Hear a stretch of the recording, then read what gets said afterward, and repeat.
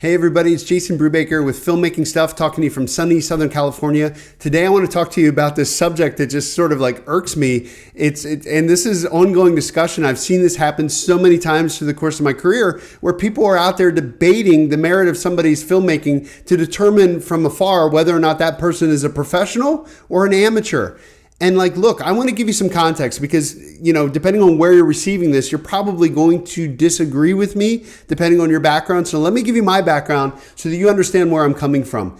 I have been working in film distribution for the greater part of my career. I have spoken with I know it's been hundreds of filmmakers, and at this point, over the course of 10 years, it's probably been thousands of filmmakers. And the one thing that I see is,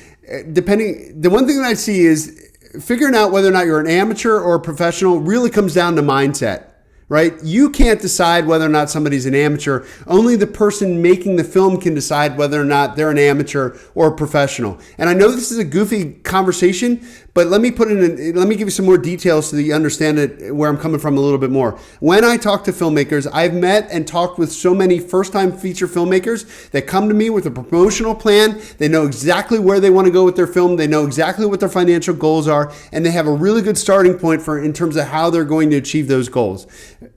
On the opposite side of that spectrum, I talk to a lot of first-time feature filmmakers, and they're like, I made a movie, but I don't think anybody's going to buy it, so I'm just going to put it out there for free. Now, I have some other videos on what I think about that, but at the end of the day, what that boils down to, whether or not you're an amateur or professional, what that boils down to is you. You have to decide if you're an amateur. You have to decide if you're a professional. But from my perspective, working in film distribution, I'm going to look at the end product based on the merits of that end product alone. Is it a decent movie? Does a target audience exist that's large enough to help this filmmaker achieve their financial goals? If so, awesome. If not, let's figure something else out. But you have to be willing to put your product into the marketplace. And if you are even remotely attempting to get your product into the marketplace so that you can make a profit, in my estimation, you are a professional, you are a filmmaker. If you like this filmmaking stuff, you'll probably like some of the stuff that I give away. There's a link up here, down below, or there's a button over here.